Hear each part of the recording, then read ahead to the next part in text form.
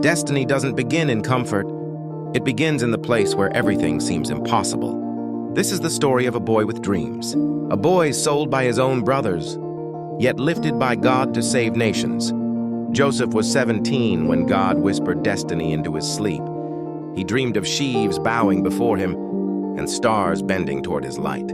But destiny often offends the ones closest to you, and his brothers burned with jealousy. One day, as Joseph walked toward them across the fields, they saw him from afar and said, "Here comes the dreamer." Before he could greet them, hands seized him. The robe his father gave him was ripped from his shoulders. He was thrown into a deep, dark pit, his cry echoing against stone walls, while the ones who should have protected him walked away. They sold him for 20 pieces of silver. The boy who carried promise became a slave carried toward Egypt. But even in chains, heaven still followed him. In the house of Potiphar, Joseph served faithfully, and everything he touched prospered. Yet lies rose against him. A false accusation, a moment of injustice, and Joseph was dragged from success into a prison cell. But even there, God was not done. In the darkness of that prison, Joseph interpreted dreams for two desperate men. His gift began to speak louder than his situation, but after helping them, he was forgotten for 2 whole years. Still, heaven never forgets. One morning, everything changed. Pharaoh had a dream no one could explain, and suddenly Joseph's name echoed through the prison halls. "Bring him out!" He stood before the throne of Egypt, and with calm faith declared, "Interpretation belongs to God."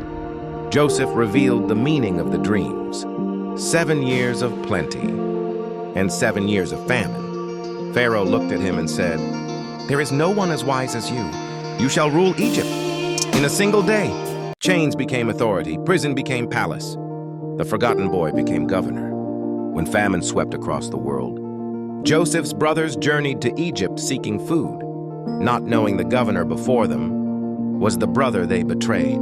They bowed before him, and Joseph remembered his dream. But instead of revenge, his heart broke. Unable to hold back any longer, Joseph wept so loudly that the palace heard it. And through tears he said, "I am Joseph, your brother." The moment trembled with emotion. But Joseph's next words healed generations. "Do not fear what you meant for evil. God meant for good." Joseph saved his family, he saved nations. He carried Egypt through famine. But more than that, he proved that no pit is too deep, no betrayal too strong, and no season too dark for God to rewrite a destiny. His life whispers to every generation, "Hold on, even when you cannot see the plan. The plan can still see you." Subscribe for more cinematic Bible stories.